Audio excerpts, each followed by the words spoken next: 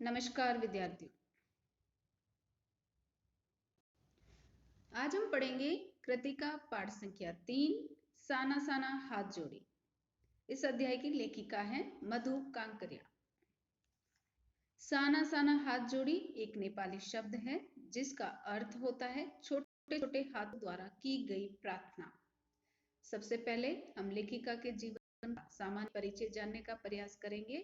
इनका जन्म सन 1957 कोलकाता में हुआ था। उन्होंने कोलकाता विश्वविद्यालय से अर्थशास्त्र में एमए किया, साथ ही कंप्यूटर में डिप्लोमा भी किया है। उनकी प्रमुख रचनाएं हैं पत्ताखोर, ये उपन्यास है, खुले गगन के लाल सितारे, बीतते हुए अंत में यीशु, ये कहानी संग्रह हैं। उन्होंने कई सुंदर यात्रा वृत्तांत भी लिखे हैं। मधु कांकरिया जी की रचनाओं में विचार और संवेदना की नवीनता मिलती है। समाज में व्याप्त अनेक ज्वलंत समस्याएं जैसे अपसंस्कृति, महानगर की घुटन और असुरक्षा के बीच ये युवाओं में बढ़ती नशे की आदत, लाल बत्ती इलाके की पीड़ा आदि उनकी रचनाओं के प्रमुख विषय रहे हैं। अब हम पाठ परिचय जानेंगे। महानगर की भावशून्यता, भागम भाग और यंत्रवंत जीवन की ऊब मधु जी को दूर दूर की यात्राओं की ओर ले जाती है। यानी वर्तमान समय एक मशीनी मानव के समान जीवन जीते हुए एक यंत्रवंत यानी मशीन के समान बन चुका है, जिससे धीरे धीरे जीवन आगे की ओर ढलता जाता है। वैसे वैसे ये जीवन शैली मन में ऊब लाने लगती है और ये महानगरीय जीवन इससे भागने को मन करता है। और यही स्थिति कहीं ना कहीं लेखिका में रही है, इसलिए वह निरंतर दूर दूर की यात्राओं की ओर जाती रही है और उन्हीं यात्राओं के अनुभव को उन्होंने अपनी यात्रा वृत्तांतों में शब्दबद्ध किया है, यानी हमारे लिए लिखा है। साना साना हाथ जोड़ी में पूर्वोत्तर भारत के सिक्किम राज्य की राजधानी गंगटोक और उसके आगे हिमालय की यात्रा का वर्णन है। हिमालय के अनंत सौंदर्य का ऐसा अद्भुत और काव्यात्मक वर्णन लेखिका ने किया है कि मानो हिमालय का पल पल परिवर्तित सौंदर्य हम स्वयं अपनी आंखों से निहार रहे हो। महिला यायावरी की विशिष्टता भी इस यात्रा वृत्तांत में देखी जा सकती है।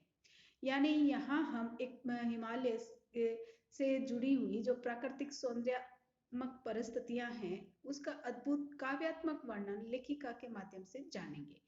और उनके द्वारा इसका वर्णन इस तरह से किया गया है कि हम अगर मन से पढ़ें तो महसूस होता है कि वह वर्णन हम बढ़ावा नहीं देकर हमारी आंखों से वो देख रहे हैं। ऐसा साक्षात दृश्य हमारी आंखों के सामने शब्द चित्र के रूप में उभरने लगता है। और ये उनकी यायावरी जीवन की विशिष्टता है जो उनके शब्द निर्माण में उभर कर आई है। लेखिका हिमालय के सौंदर्य पर मुग्ध ही नहीं होती, वहां के निवासियों की मेहनत, अभाव, गरीबी को भी रेखांकित करती है। यानी अपनी इस यात्रा वृतांत में लेखिका ने जो अनुभव करा है, प्राकृतिक सौंदर्य का रूप के साथ साथ वहां की जीवन की विभीषिका, कठिनाइयां, उनका यथार्थ रेखांकित यहाँ वर्णन उनके द्वारा किया गया है। साथ ही ये बताना भी नहीं भूलती कि हिमालय तक पहुंचने के लिए बनाए जाने वाले रास्तों के निर्माण में लोग जान गंवा चुके हैं। यानी ये एक दुर्गम पहाड़ी स्थल है और इन दुर्गम पहाड़ी स्थलों तक पहुंचना हमारे लिए कठिन बन जाता है। इसलिए उसे सरल बनाने के लिए वहां के स्थानीय नागरिक अपने हाथों से छोटे इन पत्थरों को तोड़ते हुए रास्ते का निर्माण करते हैं। और ये दुर्गम पहाड़ी स्थल होने के कारण यहाँ पर ये कार्य बहुत कठिन हो जाता है, इसलिए बहुत बार लोगों की जान भी जा चुकी है। इसलिए इस पाठ में पीड़ा और सौंदर्य का अद्भुत मेल है। पीड़ा से तात्पर्य है कि जितना प्राकृतिक सौंदर्य वहां विहंगम रूप में पसरा पड़ा है, वहीं ये मानव जीवन के लिए कठिनाइयां हैं, क्योंकि इन दुर्गम पहाड़ी क्षेत्र मानव जीवन के लिए अनुकूलताएं कम देता है, तो वो कठिनाई भरा हुआ होता है। इसलिए ये जो यात्रा वृतांत का भाग है, ये पीड़ा और सौंदर्य का अद्भुत मेल लिए हुए हैं तथा इसे पढ़कर अकेलेपन और करुणा का भाव जागृत होता है। जब हम इस तरह का कोई यात्रा वृत्तांत पढ़ते हैं तो हमारे मन की जो एक घुटन भरी जिंदगी है, जो हमारी आपसी रिश्तों, पारिवारिक संबंधों, इनके इर्द गिर्द घूमती है, वहां से धीरे धीरे अपने आप को दूर ले जाने की बातें मन में आने लग जाती है। वहां के दृश्य को देखकर धीरे अंदर छिपा हुआ जो स्वयं का भाव है वह अपने आप बाहर निकलता है। और बाहर निकलने के बाद जो रिक्तियां हैं, खालीपन है, वो करुणा से भरने लग जाता है। परमपिता परमेश्वर के जो असीम रूप है, उनका असीम रूप जो चारों तरफ फैला हुआ है, उस रूप को देखकर मन का जो द्वंद है कहीं ना कहीं जागृत होता है और करुणामय भाव हमारे हृदय में उत्पन्न कर देता है तथा सृष्टि की समग्रता का एहसास यहाँ होता है। यानी परमात्मा का सर्वव्यापकता का स्वरूप हमें निरंतर यहाँ होता रहता है। यात्राओं से मनोरंजन, ज्ञानवर्धन, इन अज्ञात स्थलों की जानकारी के साथ साथ भाषा और संस्कृति का आदान प्रदान होता है। इतना ही नहीं, घुमाकड़ी हमें स्वयं की संकीर्णता से भी मुक्त करती है। जब हम इस तरह का कोई यात्रा वृतांत पढ़ते हैं तो इससे हमारा मनोरंजन तो होता ही है, साथ ही साथ हमारा ज्ञान भी बढ़ता है। हम अज्ञात स्थलों की जानकारी प्राप्त करते हैं, वहाँ की संस्कृति और भौगोलिक परिस्थितियों से रूबरू होते हैं। साथ ही हम उनकी गहराइयों को अपने अंदर महसूस करने लगते हैं, जिसके अंदर हमारा अपना अहंकार यानी स्वयं का जो भाव है धीरे धीरे रिक्त होने लगता है और जीवन उस असीम परिस्थितियों को निहारने के लिए बेचैन हो उठता है। इसलिए यहाँ पर जो एक प्राकृतिक परिस्थितियां हैं, वहीं दुर्गम मानवीय जीवन की कठिनाइयां भी पसरी हुई है। उन सब का लेखिका ने बहुत सुंदर वर्णन किया है, जिसमें हम आज आगे के भाग में पढ़ने वाले हैं, जिसमें लेखिका ने लिखा है कि हमने इसके पूर्व भाग में पढ़ा था कि लेखिका घूमते हुए दुर्गम पहाड़ी दृश्यों की सौंदर्य परिस्थितियों में खो जाती है और वह उन्हें आत्मा में आत्मसात करने के प्रयास में उसमें खोई हुई होती है कि सहसा उनकी दृष्टि उस सौंदर्यमय प्राकृतिक परिस्थितियों में एक कठिन मानवीय जीवन की परिस्थितियों से जूझती हुई कोमल अंगनी नारियों की ओर उड़ती है। वह वहां पर पत्थर यानी शिलाखंडों को तोड़ तोड़ कर रास्ता बनाने की जद्दोजहद में लगी हुई थी। उसे देखकर लेखिका धीरे धीरे उस प्रकृति के जादू के सम्मोहन से अपने आप को दूर करती है और जीवन की हकीकत को जानने के लिए बेचैन हो जाती है। इसलिए चुपचाप अपने साथियों से दूर उन औरतों की ओर निकल पड़ती है और वहां जाने पर उन्हें महसूस होता है कि जीवन यहाँ जितना प्राकृतिक सौंदर्य की विशालता भरी है, उतना ही जीवन कठिनाइयों से भरा हुआ है, क्योंकि वहां पर औरतें अपने दैनिक आवश्यकताओं की पूर्ति के लिए निरंतर संघर्षरत रहते हुए प्रयास करते हुए दिख रही है, जिसकी जानकारी मिलने पर उन्हें अनुभव होता है कि ये जो कोमल अंगनी नारियां हैं, ये अपने हाथों में हथौड़े उठाकर यह जो दुर्गम सीना तान कर खड़ा रहने वाला पहाड़ है, इनका सीना तोड़ती है और आने जाने वाले सैलानियों के लिए रास्ते बनाती है। और ऐसे कार्य करने में उनकी पारिवारिक परिस्थितियां भी उनका रास्ता रोकती है, क्योंकि वे अपने छोटे बच्चों को घर पे नहीं रख सकती है, तो उन्हें पीछे एक टोकरी में रख कर साथ में रखती है। फिर वह दिन भर मेहनत करती है। तो ये दृश्य जब उनकी आंखों के सामने आता है तो लेखिका का जो सम्मोहन है प्रकृति का, वो धीरे धीरे उतर कर उन्हें मानवीय जिंदगी की जद्दोजहद से रूबरू कराता है। तो बेचैन होकर वे सोचने लग जाती है कि मानव जीवन चाहे पहाड़ी स्थल हो या रेगिस्तान इलाका, सब जगह एक जैसा ही है, क्योंकि इस परिदृश्य की तुलना वह जंगल की यात्राओं से जोड़ने लगती है, जो उन्होंने आदिवासी समाज से जुड़ी हुई की थी। और वहां पर युवतियां अपने छोटे बच्चों को कपड़ों में बांधकर जोली के रूप में पीछे टांग देती है, लगा लेती है बच्चों को, और निरंतर नंगे पांव जंगल में घूमते हुए जीविका तलाशती है। और ऐसा करने से उन औरतों के पांव निरंतर सूज जाते हैं और वो तकलीफ उनके लिए जीवन की कोई रास्ता नहीं रोक सकती है। वैसी परिस्थितियां आज उन्हें यहाँ दिखाई देती है, जब ये पत्थर तोड़ती हुई महिलाएं अपने हाथों में पड़ी हुई गंठन को नहीं देखकर निरंतर प्रयास कर रही है। ये कार्य देखते हुए वह एक ही बात सोचती है कि सारी मलाई एक तरफ, सारे आंसू, अभाव, यातना, बचना एक तरफ। और मलाई से तात्पर्य है एक धनाढ्य परिवेश जो अपने जीवन की सारी सुविधाएं पाकर अपने जीवन को ऐशो आराम से सीमित रखता है, लेकिन अफसोस ऐसा वर्ग कहीं तक, थोड़ी समय तक या कुछ ही लोगों तक के सीमित है। बाकी सारा जीवन आंसुओं से, अभाव यानी कमी से, यातना यानी पीड़ाओं से और वचना यानी निरंतर निकलने वाले प्रार्थना के स्वर है, यहीं तक सीमित होकर रह गया है। लेखिका इन्हीं भावों में खोई हुई वहां खड़ी थी कि इनकी सह यात्री मणि और जितेन जो उनके गाइड थे वो खोजते हुए वहां आ गए थे।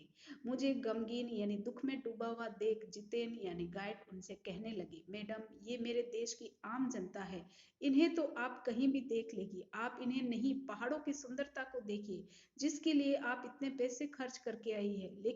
यानी लेखिका वहां पर उस गमगीन माहौल को देखकर अपने आने का वजूद तक भूल जाती और उसी दृश्य में खोकर वो तुलनात्मक भावों में उबती डूबती रहती है। तभी जितेन उन्हें समझाता है कि मैडम ये तो मेरे देश की आम जनता है, यानी आम जनता जो हर जगह आपको एक ही रूप में दिखाई देती है। हाँ, उनका बाहरी रूप अलग अलग हो सकता है, कहीं आदिवासी हो सकता है तो कहीं पहाड़ी में हो सकती है तो कहीं रेगिस्तानी इलाके हो सकते हैं, वो रूप अलग है। बाकी उनके जीवन की परिस्थितियां कठिनाइयां एक ही रूप लिए हुए हैं। इसलिए उन्होंने कहा है कि आप जितने रुपए खर्च करके आई है इन पहाड़ों की सुंदरता को निहारने के लिए आई है, ये आम भारत की जनता तो आपको हर जगह दिखाई देगी है, इन्हें तो आप कहीं से भी देख सकती है। ऐसा समझाते हुए गाइड उन्हें अपने साथ ले जाते हैं। ये देश की आम जनता ही नहीं, जीवन की का प्रति संतुलन भी है। ये वेस्ट इट रिपाइंग है, कितना कम लेकर ये समाज को कितना अधिक वापस लौटा देती है, मन ही मन सोचा। यानी जैसे ही जितेन उन्हें बोलता है कि मैडम ये मेरे देश की आम जनता है और ये आपको कहीं भी दिख सकती है, तो इस वाक्य ने लेखिका के दिमाग में हलचल मचा दी। और वो हलचल क्या है कि ये आम जनता नहीं है, ये जीवन का एक संतुलन है। लेखिका ने इस वाक्य का क्या निचोड़ निकाला कि ये मेरे देश की आम जनता नहीं है बल्कि जिंदगी का जीवन का एक संतुलन है। और संतुलन का रूप क्या है, ये कि जीवन में लेते तो बहुत कम है, यानी ये जो कठिनाई भरा जीवन जीने वाला एक समूह है, ये जीवन अपने जीवन में उपयोग तो बहुत कम चीजों का करता है लेकिन अपनी श्रम साधना से उन लोगों को बहुत ज्यादा वापस लौटाता है। निरंतर मेहनत करके कर्मशील बनकर जहां भी एक विकसित परिस्थितियां बनती है वहां पर इनका सहयोग सबसे ज्यादा होता है। इसलिए लेखिका ने बोला है ये हमारे जीवन का एक संतुलन है, जो लेना कम जानता है बल्कि देना हद से ज्यादा जानता है। और मन ही मन ऐसा सोचा और फिर वे वापस जीप की ओर मुड़ने लगी। तभी मैंने देखा वह श्रम सुंदरिया किसी बात पर इस कदर खिलखिला पड़ी थी कि जीवन लहरा उठा और सारा खंडहर ताजमहल बन गया। यानी यहाँ पर भी जिंदगी की एक खुशी भरी हुई है। वो लोग जो निरंतर श्रम साधना करते हुए कठिनाई भरा जीवन जीते हैं, वहां पर लोगों में इस जिंदगी के प्रति उदासीनता नहीं है बल्कि मन से की गई साधना है, जिससे कि उनका और उनके परिवार का जीवन निर्वाह रूप में आगे चलता रहता है। किसी प्रकार की कोई बाधा नहीं रहती है, लगातार बढ़ता रहता है और वो ही कार्य लगातार काम करने की क्षमता इनके अंदर बनी रहती है क्योंकि ये जिंदा दिल जिंदगी के प्रति उत्साहित होकर कार्य करना जानती है। इसलिए यहाँ कठिनाई के प्रति रोने का समय इनके पास नहीं है, अपने कर्मों को कोसने का समय इनके पास नहीं है, क्योंकि ये निरंतर श्रमशील रहते हुए ही जिंदगी की जद्दोजहद को झेलने का प्रयास करती है। इसलिए जैसे ही लेखिका उन लोगों से दूर होती है तो उनकी नजर वापस मुड़ती है, तो वो देखती है कि ये श्रम सुंदरियां यानी श्रम को करने वाली इतनी प्यारी प्यारी औरतें पता नहीं किस बात पर अचानक इस तरह खिलखिला कर हंस पड़ी कि वहां जो खंडर पत्थरों के टुकड़े जो खंडरों में तब्दील हो चुके थे, वो ऐसा लगा मानो ताजमहल बन गया हो।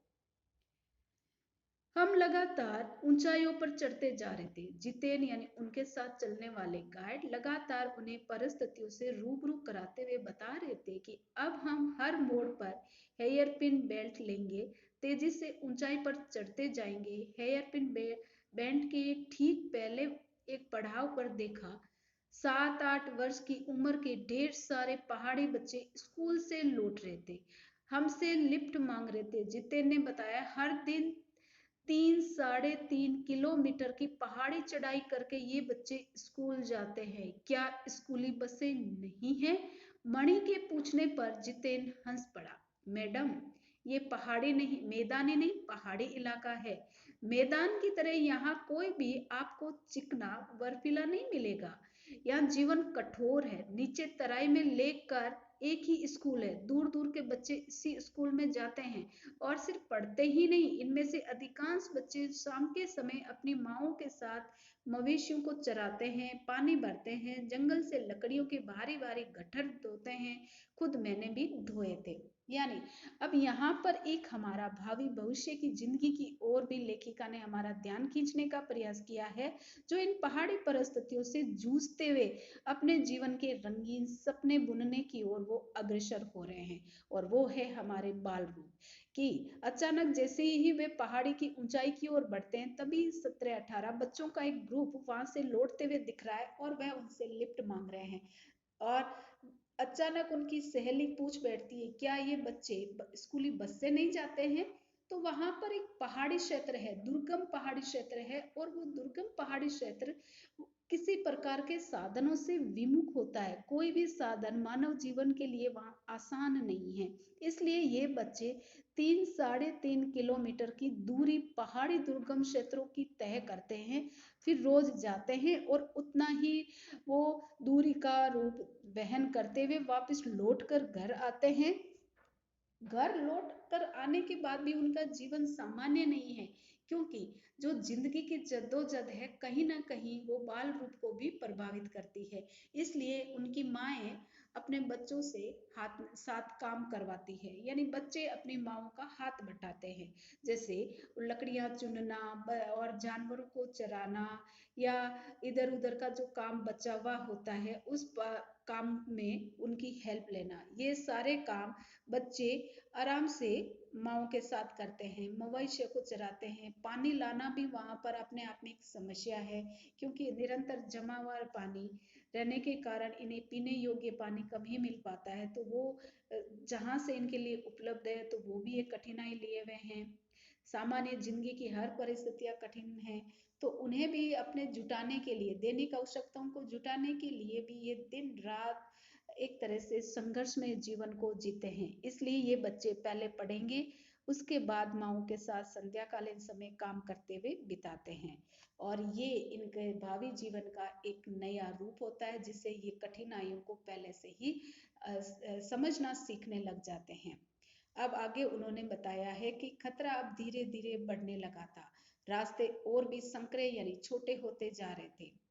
कई बार लगता जैसे रास्तों को इंच टेप से नाप कर एक जीप जितना चौड़ा बनाया गया था। यानी ये दुर्गम पहाड़ी क्षेत्र जैसे जैसे आगे बढ़ते जा रहे थे, वैसे वैसे रास्ते और भी छोटे होते जा रहे थे, और वो रास्ते इतने छोटे थे कि अगर सदे हुए हाथों से गाड़ी नहीं चलाई जाए तो सीधे आपके पाताल दर्शन हो जाएंगे, क्योंकि वहां पर इंची टेप से नाप कर सड़कों का निर्माण किया जा रहा था या किया गया था, जो कि एक जीप को ही आसानी से वहां से निकाल सकते हैं। कि जरा सा संतुलन बिगड़े, इंच भर भी जीप इधर उधर खिसके तो सीधे हम घाटियों में। और इन रास्तों पर जगह जगह चेतावनी लिखी हुई थी, हमें खतरों के प्रति सजग कर रही थी। सामने ही लिखा था, धीरे चलिए, घर में बच्चे आपका इंतजार कर रहे हैं। यानी निरंतर दुर्गम पहाड़ी है और घुमावदार रास्ते हैं, तो बहुत ही सावधानी से धीरे धीरे यहाँ गाड़ियां चल रही है, और लगातार मिलने वाली चेतावनियां वहां पर लिखी है, धीरे चले क्योंकि आपके बच्चे आपका घर पर इंतजार कर रहे हैं। हल्की सी चूक सीधे ही पाताल दर्शन करवाएगी। थोड़ा और आगे बढ़े थे कि एक चेतावनी, beware man under around, पर हमें नरभक्षी जानवर नहीं, दूध देने वाले याक दिखे। यानी ये जो रास्ता है उसे आप देखो और सावधानी से आगे बढ़ो, क्योंकि यहाँ नरभक्षी यानी कुछ ऐसे जानवर भी है जो इंसानों पर आक्रमण कर सकते हैं। लेकिन लेखिका ने उस रास्ते में कोई भी इस तरह का हिंसक जानवर नहीं देखा। हाँ, वहाँ पहाड़ी क्षेत्रों पर दूध देने वाले जो याक होते हैं वो जरूर उन्हें दिखे थे। ढेर सारे थे याक, काले काले रंग के और खूब सारे ऊन वाले। पहाड़ों पर गिरती बर्फ से प्राकृतिक ढंग से रक्षा करने वाले घने घने बालों वाले याक। यानी इन याकों के खूब बाल होते हैं जो उनकी इन प्राकृतिक परिस्थितियों में बर्फ से रक्षा करते हैं या उसे ठंड से बचने में सहायता करते हैं। अब सूरज ढलने लगा था। हमने देखा कुछ पहाड़ी औरतें गायों को चराकर वापस लौट रही थी। कुछ के सिर पर लकड़ियों के भारी भरकम गट्ठर थे। ऊपर आसमान फिर धुंध बादलों से घिरा हुआ था। उतरती संध्या में जीप अब चाय के बागानों से गुजर रही थी। फिर एक दृश्य ने मेरा ध्यान खींचा। नीचे चाय के हरे भरे बागानों में कुछ युवतियां बाकू पहने, और बाकू सिक्किम का स्थानीय परिधान है, वह चाय की पत्तियां तोड़ रही थी। नदी की तरफ उफान लेता उनका यौवन और श्रम से दमकता गुलाबी चेहरा। एक युवती ने चटक लाल रंग का बाकू पहन रखा था। सघन हरियाली के बीच चटक लाल रंग डूबते सूरज की स्वर्णिम और सात्विक आभा में कुछ इस कदर इंद्रधनुषी छटा बिखेर रहा था कि मैं मंत्र मुग्ध सी चीख पड़ी। इतना अधिक सौंदर्य मेरे लिए असह्य था। अब यहाँ पर जितना प्राकृतिक सौंदर्य अद्भुत होता है, उतना ही वहाँ के लोग भी सुंदर होते हैं। इसी बात को यहाँ लेखिका ने समझाया है कि जैसे जैसे सूरज ढलने लगा वैसे वैसे वो आगे बढ़ने लगे, और वहां का जो स्थानीय जीवन है संघर्षमय परिस्थितियों में वापस घरों की ओर लौटते हुए उन्हें दिखा। गायों को लेकर वो वापस लौट रहे हैं, तो औरतें ही गायों को लेकर आ रही है। साथ में उनका सर पे भारी भरकम लकड़ियों के गट्ठर भी रखे हुए हैं। और वो दृश्य जो कठिन श्रम साधना से सदा हुआ देख कर वो आगे बढ़े ही थे, कि अब उनकी जीप जो चाय के बागानों से गुजर रही थी, जो हरे भरे मैदानी भागों से भरी हुई थी, अचानक उनका ध्यान वहां पर काम करने वाली नव युवतियों पर पड़ी। और बाकू पहने हुए जो स्थानीय परिधान है वो पहने हुए युवतियां बहुत सुंदर लग रही थी, क्योंकि चारों तरफ हरा भरा एक तरह से कालीन बिछा हुआ है, और ऊपर आसमानों ने धुंध के रूप में सुंदर से परिदृश्य धुंध का कालिमा युक्त बना रखा है। ऐसे में हरे और कालिमा के बीच में जब लाल रंग का यौवन मदमाते रूप में सुंदर रूप से खड़ा हुआ दिखता है, तो वो किसी का भी ध्यान खींच सकता है। तो एक चटक लाल रंग से युक्त एक सुंदर युवती का जो परिधान है, लेखिका का ध्यान अपनी ओर खींचता है, और वह उसकी सुंदरता पर मोहित होते हुए चीख पड़ती है, इतना अद्भुत सौंदर्य मेरे लिए असहनीय है। यानी प्राकृतिक सौंदर्य भी कम नहीं है, साथ में उस युवती का जो रूप है वो उस परिधान में और उस प्राकृतिक परिदृश्य में निखर कर आ रहा है, जो लेखिका को सोचने के लिए विवश कर रहा है कि इतना सौंदर्य मुझे शहरी परिवेश में कहीं नहीं दिखता है। क्योंकि सादगी के साथ एक यथार्थ प्राकृतिक सौंदर्य जो हकीकत में स्थानीय नारियों में है, वो बनावटी शहरी जीवन वालों में ऐसा मुझे दिखता नहीं है। इसलिए यहाँ वह कह उठती है, इतना अधिक सौंदर्य मेरे लिए असहनीय है। युमथांग पहुंचने के लिए हमें रात भर लायुंग में पड़ाव लेना था। यानी लेखिका का जो गंतव्य स्थान है युमथांग है, और वहां पहुंचने से पहले अब रात हो चुकी है, तो वो एक बीच में जगह पड़ रही है लायुंग, वहीं पर उन्हें रुकना पड़ा। यहाँ पर गगनचुंबी पहाड़ों के तल में सांस लेती एक नन्ही सी शांत बस्ती लायुंग सारी दौड़ धूप से दूर जिंदगी जान निश्चित सो रही थी। यानी यहाँ पर पहाड़ी प्रदेशों में शांति पसरी हुई है, कोई भाग दौड़ चीख पुकार नहीं है, क्योंकि यहाँ पर जो आवागमन के साधन हैं वो बहुत कम है। इलेक्ट्रॉनिक परिस्थितियां हैं, मशीनी परिस्थितियां यहाँ बहुत कम मिलती है। इसलिए यहाँ पर मानवीय जीवन कठिन परिस्थितियों के साथ शांति लिए हुए हैं, और बहुत शांतिमय जिंदगी इन पहाड़ी प्रदेशों में चारों तरफ बिखरी हुई है। उसी लायुंग में लेखिका ठहरे थे, तिस्ता नदी के तीर पर बसे लकड़ी के छोटे से घर में, क्योंकि वहां सामान्यतः घर लकड़ी के ही बने होते हैं।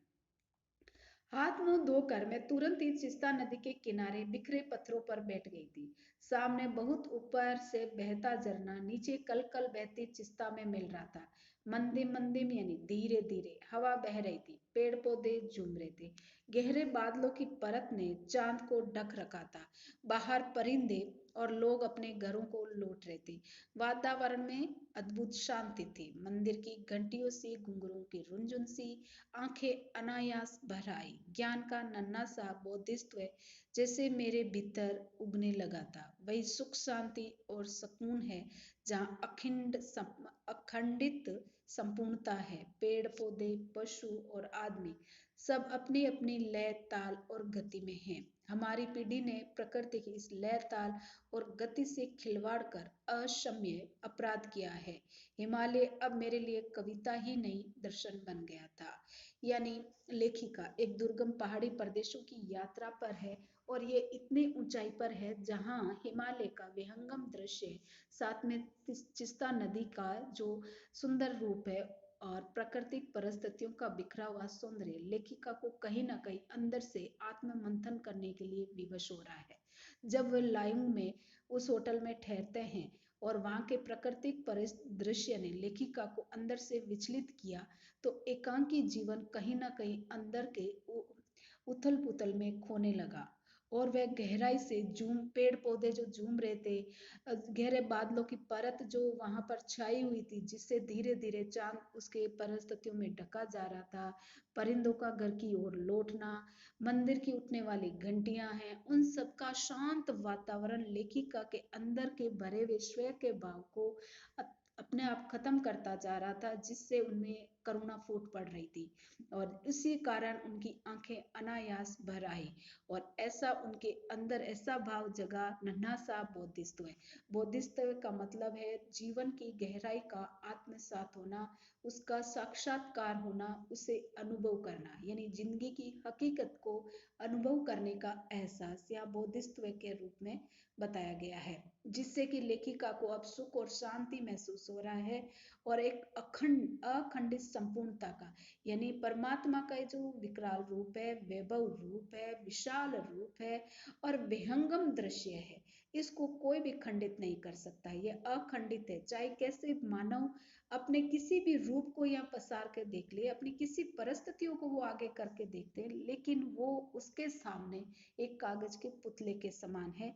परमात्मा का अखंडित स्वरूप का वो कुछ नहीं बिगाड़ सकता है। ये भाव लेखिका को यहाँ समझ में आ रहा है, इसलिए उन्होंने कहा है कि ये परमात्मा का स्वरूप जो बिखरा हुआ है, ये अखंडित है, इसे कोई भी नुकसान नहीं पहुंचा सकता है।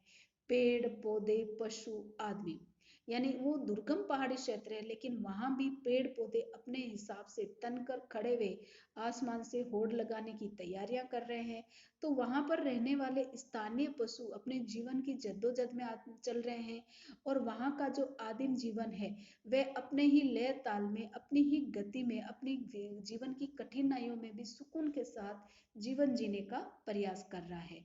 फिर आगे उन्होंने जो एक बात समझाई है वो ये कि हमारी जो पीढ़ी है, यानी युवा पीढ़ी, धीरे धीरे उसने अपने स्वार्थ के लिए कहीं ना कहीं प्रकृति के इस सुंदर तालमेल को या इस सुंदर गति के साथ उसने खिलवाड़ किया है और उसका ये जो खिलवाड़ है ये अक्षम्य है, यानी उसको कोई क्षमा नहीं कर सकता। हमने अपने स्वार्थ के लिए जंगलों को खत्म करना शुरू कर दिया है, पहाड़ों को वहां से हटाना शुरू कर दिया है, समुद्रों को सुखाना शुरू कर दिया है, क्योंकि हमें अपने लिए जगह चाहिए और हम अपनी जगह के लिए प्रकृति के सुंदर रूप को हम खंडित करते जा रहे हैं, जिससे कि ये जो प्राकृतिक सौंदर्य है ये कहीं ना कहीं एक जगह तक सीमित होकर रह गया है और वो मानव जीवन को कहीं ना कहीं कठिनाई और हानि पहुंचा रहा है। लेकिन उसके बावजूद भी मानव उस परिस्थितियों को समझना नहीं चाहता है, इसलिए लेखिका ने कहा है कि ये मानव का जो कार्य है या आने वाली जो पीढ़ियां स्वार्थ में डूब कर इस तरह के कार्य करती जा रही है, उनका ये कार्य अक्षम्य है, इसे कभी भी उन्हें क्षमा नहीं किया जा सकता है। बस एक हिमालय ऐसी क्षेत्र है जो इन सारी परिस्थितियों को अपने अंदर संजो कर रख रहा है, अभी भी अपने आसपास उसको जिंदा रख रहा है, इसलिए हिमालय उनके लिए मन के भावों को व्यक्त करने वाली एक कविता नहीं है, बल्कि एक दर्शनीय, एक मन से श्रद्धा के रूप में दर्शनीय भाव बन गया है, जिसे वे सच्चे मन से नमन करना चाहती है। अंधेरा होने के पहले किसी प्रकार डगमगाती शिलाओं और पत्थरों से होकर सिस्ता नदी की धारा तक पहुंची। यानी इन्हीं भावों में खोई हुई वह अंधेरा होने से पहले प्रकृति के और सुरमय वातावरण को वह अंदर से जीना चाहती है। इसलिए डगमग शिलाओं से होती हुई कहीं ना कहीं वह चिस्ता नदी की ओर बढ़ती है। उसकी धारा को वह महसूस करना चाहती है, उसके ठंडक को वह अपनी आत्माओं से तृप्त करना चाहती है। इसलिए बहते हुए पानी को अपनी अंजुली में भर लेती है, हथेली में भर लेती है। यानी जैसे ही उन्होंने अपनी हथेली जिसे अंजूरी जैसे बनाया उसमें भरा, तो अतीत भीतर धड़कने लगा। अतीत का मतलब है पुरानी वो यादें उनके मन में या जहन में वो वापस आने लगी। स्मृति में कौंधा। हमारा यहाँ जल को हाथ में लेकर संकल्प किया जाता है, मैं आज क्या संकल्प करूं। यानी जैसे वे चिस्ता नदी की धारा में जाकर हाथ डुबोती है, अचानक हाथ एक अंजूरी का रूप धारण कर लेता है और कुछ जल की बूंदें उनकी हथेली में आ जाती है। और जैसे ही वह हथेली में जल की बूंदें आती है, मन अतीत के गलियारों में तुरंत विचरने लग जाता है और एक दिमाग में विचार आता है कि ये तो हमारे पुराने समय में एक संस्कार से जुड़ी हुई है कि हाथ में पानी लेकर जैसे ही हम ऐसे ऊपर करेंगे तो वो हमारे लिए एक संकल्प का कार्य बन जाता है और हमें एक संकल्प करना पड़ता है।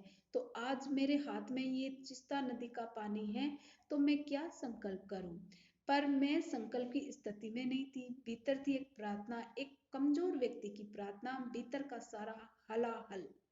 अब यहाँ पर हाथ में पानी है लेकिन मन में उथल पुथल मची हुई है लेखिका के। और वो उथल पुथल क्या है कि मैं क्या प्रार्थना करूं, क्या संकल्प करूं। मैं तो एक अदनी सा प्राणी हूँ, मेरे अंदर तो एक कमजोरी है। भीतर का सारा हालाहल, हालाहल का मतलब क्या है, भरा हुआ भावों का विष। विष यानी विचारों का, बुराइयों का, परिस्थितियों के जो बुरे भाव है, वो हालाहाल के रूप में यहाँ बताया है। और वो हलाहल यानी विष के समान जहरीले भाव जो हमारी तामसिकताएं हैं, हमारी बुराइयां हैं, हमारे अंदर भरी रहती है। हमारे संबंधों को लेकर, रिश्तों को लेकर, परिस्थितियों को लेकर, दूसरों की बढ़ती उपलब्धियों को लेकर हमने अपने जीवन को एक हालाहाल से भर रखा है, विष से भरा रखा, विष से भर रखा है। वो सारी की सारी तामसिकताएं यानी मेरी बुरे विचार, बुरी भावनाएं, आज मैं इस अंजूरी में जल लेकर ये संकल्प करती हूँ कि ये तामसिकताएं यानी मेरे अंदर जो भी हलाहल है वो सारा इस नदी में, धारा में बह जाए, इसी धारा में बह जाए। धीरे धीरे रात गहराने लगी, यानी रात गहरी हो गई थी। हिमालय ने भी अब काला कंबल ओढ़ लिया था, शायद उसे भी अब ठंड लगने लग गई थी। इसलिए वो परिदृश्य ऐसा लग रहा था कि हिमालय ने काली कंबली अपने चारों तरफ लपेट ली है। जितेन ने लकड़ी के बने खिलौने से उस छोटे से गेस्ट हाउस में गाने की तेज धुन पर अपने संगी साथियों के साथ नाचना शुरू किया। तो देखते देखते एक आदिम रात्रि की महक से, परियों की कहानी से मोहक वह रात महक उठी। यानी रात्रि के समय लेखिका अपने गेस्ट हाउस में वापस जाती है तो वहां पर जितेन अपने स्थानीय जो आदिवासी लोकगीत है उनके साथ में उनको गाकर सुनाता भी है, साथ में स्थानीय नाच से भी उन्हें रूबरू कराता है। तो वो माहौल एक आदिमी यानी एक सुनसान जंगल में होने वाली रात्रि से परियों की बहुत सुंदर सी कहानी का दृश्य वहां पर यथार्थ रूप में चरित्र हो उठा। मस्ती और मादकता का संक्रमण हुआ कि एक एक कर हम सब सैलानी गोल गोल घेरा बनाकर नाचने लगे। यानी माहौल बहुत मस्ती भरा हो गया था, नशे का हो गया था। इसलिए हम सभी अपने आप को भूलकर अपने संगी साथियों के साथ गोल गोल घेरा बनाकर वहां नाचने लगे। मेरी 50 वर्षीय सहेली मणि ने तो कुमारी यानी छोटी लड़कियों के को भी मात देते हुए बहुत शानदार नृत्य किया।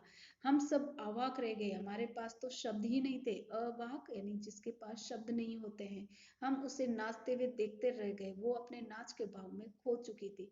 कितना आनंद भरा था उसके भीतर, कहाँ से आता था इतना आनंद। यानी 50 वर्ष की उम्र में भी लेखिका की सहेली मणि आज एक लड़की के समान नृत्य कर रही थी। उसके भाव को देखकर लेखिका सोचने पर विवश हो गई कि इतना भाव ये कहाँ से लेकर आई है। लायुंग की सुबह बहुत शांत थी। यानी लायुंग जहाँ ये रुके हुए थे उसकी सुबह का वर्णन है कि बहुत शांत और बहुत सुंदर थी। तिस्ता नदी की शांत धारा के समान ही कलकर बहती हुई, यानी पूरी शांति नदी के समान के रूप में यहाँ बह रही थी। अधिकतर लोगों का जीविका का साधन पहाड़ी आलू, धान की खेती और दारू का व्यापार था। सुबह में अकेले ही टहलने निकल गई। मैंने उम्मीद की थी कि यहाँ मुझे बर्फ मिलेगी, पर अप्रैल के शुरुआती महीने में यहाँ बर्फ का एक कतरा भी नहीं था। यद्यपि हम सी लेवल से यानी समुद्र के प्रभाव से 14,000 फीट की ऊंचाई पर थे।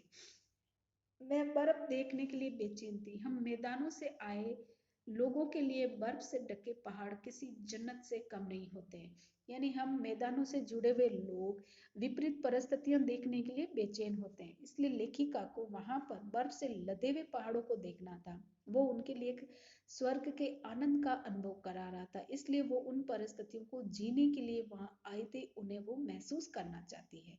वहीं पर घूमते हुए एक सिक्किमी नवयुवक ने मुझे बताया कि प्रदूषण के चलते स्नोफॉल लगातार कम होता जा रहा है, पर यदि मैं कटाऊ चली जाऊं तो मुझे वहां सर्द या बर्फ मिल जाएगी। यानी कहीं ना कहीं लगातार जो हम प्रकृति के साथ छेड़खान कर रहे हैं, वो प्रकृति के साथ छेड़खान मानव जीवन के लिए भी कठिन होता जा रहा है।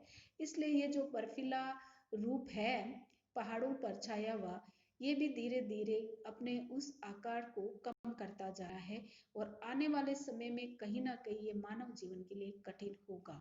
इसलिए बताया कि स्नोफॉल कम हो रहा है क्योंकि प्रदूषण बढ़ता जा रहा है। अगर कटाऊ जाएगी तो वहीं उन्हें बर्फ मिल सकती है, क्योंकि कटाऊ को भारत का स्विट्जरलैंड कहते हैं। ये टूरिस्ट स्पॉट नहीं बनने के कारण सुर्खियों में नहीं आया, यानी कटाऊ अभी हमारे लिए कोई घूमने की जगह नहीं है, इसलिए इसे लोग ज्यादा पहचानते नहीं हैं। और अपने प्राकृतिक स्वरूप में तो इसका यौवन देखने लायक था। कटाऊ जो लायुंग से 500 मीटर फीट ऊंचाई पर था, यानी ये जहां से है वहां से और 500 फीट ऊंचाई पर जाएंगे तब कटाऊ आएगा और वहां पर वो सर्दियां बर्फ देखने को मिल सकती है। करीब वहां से 2 घंटे का सफर था। वह नवयुवक मुझे बतिया रहा था और उसकी घरवाली अपने छोटे से लकड़ी के घर के बाहर हमें उत्सुकता पूर्वक देख रही थी। यानी वहां सामान्य जीवन बहुत कठिन था। लकड़ियों के बने छोटे छोटे ये घरों में रह रहे थे और ये लकड़ी के घर कभी भी बर्फीले आंधियों के साथ, यानी जो बहाव आता है पानी का, उसमें ये बह सकते हैं। इसलिए इन लोगों के लिए वहां पर ये लकड़ी के घर ही सस्ते पड़ते हैं, जीविका की कठिनाई लिए हुए होते हैं। इसलिए वहाँ जीवन जो थोड़ा सा अलग होता है दूसरे लोगों में उत्सुकता पैदा कर सकता है। इसलिए उस नवयुवक की बात उसकी घरवाली को उत्सुकता पूर्वक देखने के लिए विवश कर रही थी। तभी गाय ने बाहर आकर थैले में रखा उसका महुआ गुड़प लिया था, यानी खा लिया था। मिट्टी झिड़कियां देकर उसने गाय को भगा दिया था। उम्मीद, आवेश और उत्तेजना के साथ अब हमारा सफर कटाऊ की ओर। कटाऊ का रास्ता और खतरनाक था, उस पर धुंध और बारिश। जितेन लगभग अंदाज से गाड़ी चला रहा था। यानी अब लेखिका अपनी एक उम्मीद जो बर्फ से जुड़ी है उसे देखना चाहती, महसूस करना चाहती है, तो उसी उम्मीद को बरकरार रखते हुए आवेश यानी उत्तेजना और आवेश यानी खुश होते हुए वो लोग आगे बढ़ते जा रहे हैं, क्योंकि उन्हें बर्फ के गिरते हुए बर्फ को देखना है और वो उन्हें कटाऊ में मिलने वाली है, जो कि वहां से 500 फीट ऊंचाई पर है। तो इतना कठिन यहाँ का जीवन था, तो वो तो और कठिन होगा क्योंकि दुर्गम पहाड़ी क्षेत्र जो है, इसलिए वह उसी खतरनाक पहाड़ी प्रदेशों पर आगे बढ़ते जा रहे थे। लेकिन धुंध भी बढ़ गई थी और बारिश भी लगातार हो गई थी। लेकिन जितेन बहुत अनुभवी ड्राइवर भी थे, गाइड भी थे, इसलिए बहुत सावधानी से गाड़ी को चलाते हुए उन्हें उन परिस्थितियों से रूबरू कराते हुए आगे लेके जा रहे थे। अब हम इसके आगे का भाग आगे नेक्स्ट क्लास में पढ़ेंगे। धन्यवाद।